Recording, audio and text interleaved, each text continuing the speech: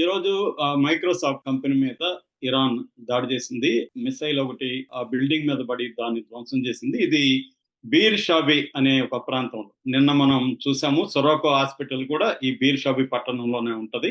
So హ్మ్. ఇప్పుడు కూడా మైక్రోసాఫ్ట్ మీద ఆఫీస్ మీద దాడి చేసింది. ఆల్రెడీ అక్కడ యునైటెడ్ స్టేట్స్ కి సంబంధించిన ఎంబసీ మీద కూడా గతంలోనే దాడి చేసిందని ఇజ్రాయెల్ ప్రకటించింది. అట్లాగే Iran defence minister Aziz Nasir Zohar ఆయన కూడా అనౌన్స్ చేశాడు, మేము అమెరికన్ బేసెస్ మీద అంటే ఆ, ఆ, మిడిల్ ఈస్ట్ లో అమెరికన్ స్థావరాలు ఏవైతే ఉన్నాయో వాటి మీద మేము దాడి చేస్తామని ఇరాన్ డిఫెన్స్ మినిస్టర్ అనౌన్స్ చేశాడు. హ్మ్. అట్లాగే యాక్సిస్ ఆఫ్ రెసిస్టెన్స్ అంటారు, లెబనాన్ లో హిజ్బుల్లా, యెమెన్ లో హౌతీలు, వీళ్ళిద్దరు కూడా మేము అటాక్ చేస్తాము అమెరికన్ స్థావరాల మీద అని హెచ్చరిస్తున్నారు. సో ఇప్పుడు మామూలుగా ట్రంప్ అయితే 2 వారాలు టైం ఇచ్చాడు, దాదాపు జూలై 4 వరకు టైం ఇచ్చాడు ఇరాన్ కి సరెండర్ అయిపోయి సంతకం చేయమని అగ్రిమెంట్ మీద. కంప్లీట్ సరెండర్ అన్నాడు, లేకపోతే మేము రంగంలోకి దిగుతామని ట్రంప్ చెప్పాడు. దానికి తగినట్టే ట్రంప్ బలగాలన్నింటినీ యూరప్ వైపుగా మూవ్ చేస్తున్నాడు. ముఖ్యంగా 30 ట్యాంకర్లు, ఎయిర్ క్రాఫ్ట్ ట్యాంకర్లు యూరప్ వైపు వస్తున్నాయి. అట్లాగే ఎయిర్ క్రాఫ్ట్ క్యారియర్స్ తీసుకొస్తున్నారు. F-35, F-22 ఫైటర్ విమానాలు బయలుదేరాయి. హ్మ్. అన్నిటికంటే కూడా GBU-57 అంటే గైడెడ్ బ్యాంక్ బాంబ్ యూనిట్ అంటారు దీన్ని. ఇది బంకర్ బస్టర్ బాంబ్.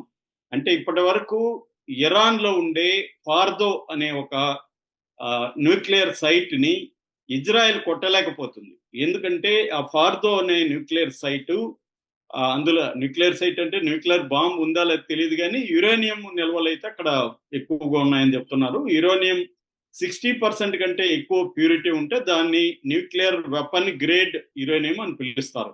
సో హ్మ్. అది అక్కడ నిల్వలు ఉన్నాయి. అది ఏమంటే భూమికి కింద దాదాపు 300 అడుగుల ఆ, దీంట్లో అంటే ఒక 20-30 అంతస్తుల బిల్డింగ్ వేసుకోవచ్చు మనం. హ్మ్. అంత కింద వాళ్ళు నిల్వ చేస్తున్నారు. సో 300 అడుగుల లోతులోకి వెళ్ళే బంకర్ బస్టర్ బాంబులు ఇజ్రాయెల్ దగ్గర లేవు. అది ప్రపంచంలోనే ఒక్క అమెరికా దగ్గర ఉంది. దాని పేరే GBU-57. దీన్ని మళ్ళీ క్యారీ చేయాలి. దీన్ని క్యారీ చేయడానికి B2 స్టెల్త్ బాంబర్స్ అంటారు. అవి ఒక 6ని ఆల్రెడీ డిగో గార్సియా అనే ఒక దీవిలో అమెరికా దించింది, రెడీగా పెట్టుకునింది. సో 6 ఉన్నాయన్నమాట. అంటే 6 ఒక్కొక్కటి 2 జీబీయులు, 2 బస్టర్ బంకర్ బాంబుల్ని క్యారీ చేయగలవు. 6 అంటే 12 బంకర్ బస్టర్ బాంబుల్ని క్యారీ చేస్తాయి. మామూలుగా ఈ బంకర్ బస్టర్ బాంబు వీళ్ళ దగ్గర ఉన్న GBU-57 ఏం చేస్తుందంటే 200 అడుగుల్లోకి మాత్రమే వెళ్ళగలదు. వీళ్ళది ఇంకా కింద ఉన్నిందనుకో, అప్పుడు ఏం చేస్తుందంటే ముందు ఒక దాన్ని వేస్తుంది, అది లోపలికి డ్రిల్ చేసుకుంటూ వెళ్తుంది, రెండో దాన్ని మళ్ళీ అదే హోల్లో వేస్తుంది. అంటే ఇది అది దాన్ని పుష్ చేస్తుంది. అలాగా 2, 3, 4 కూడా వేయచ్చు అనమాట.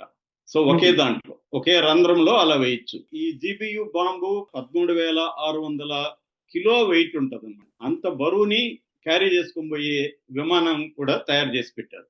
సో హ్మ్. ఇప్పుడు అక్కడ రెడీగా పెట్టారు అనమాట. అంటే ఇప్పుడు ఇజ్రాయెల్ అడుగుతూ ఉండేది ఏంటంటే, మేము ఆ ఫార్దో సైట్ మేము కొట్టలేం కాబట్టి అమెరికా మాకు సపోర్ట్ చేయాలి అని ఇజ్రాయెల్ అడుగుతుంది. ఎందుకంటే ఇజ్రాయెల్ అమెరికా మధ్య చాలా స్ట్రాంగ్ సంబంధాలు ఎప్పటి నుంచో ఉన్నాయి. 1948లో ఇజ్రాయెల్ ఏర్పడడానికి అమెరికా ప్రధాన కారణం. రెండవది, అమెరికాలో ఇజ్రాయెల్ అంటే జూయిష్ పాపులేషన్, యూదుల సంఖ్య మామూలుగా 2.3% ఉంటుంది వాళ్ళ పాపులేషన్ లో. ఒక 76 లక్షల మంది ఉంటారు. కానీ ధనవంతుల్లో అంటే బిలియనియర్ మిలియనియర్స్ లో 30-35% ఉంటారు అనమాట.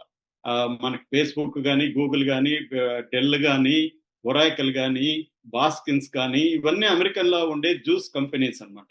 అంటే వాళ్ళు ప్రెజర్ చేస్తారు. రెండోది ఏంటంటే ఐపాక్ అంటారు. ఐపాక్ అంటే American Israel public affairs committee. ఇది చాలా బలమైన లాబియింగ్ కమిటీ అమెరికాలో. అంటే ఏ పార్టీ గెలవాలన్నా వీళ్ళ మద్దతు కావాలి.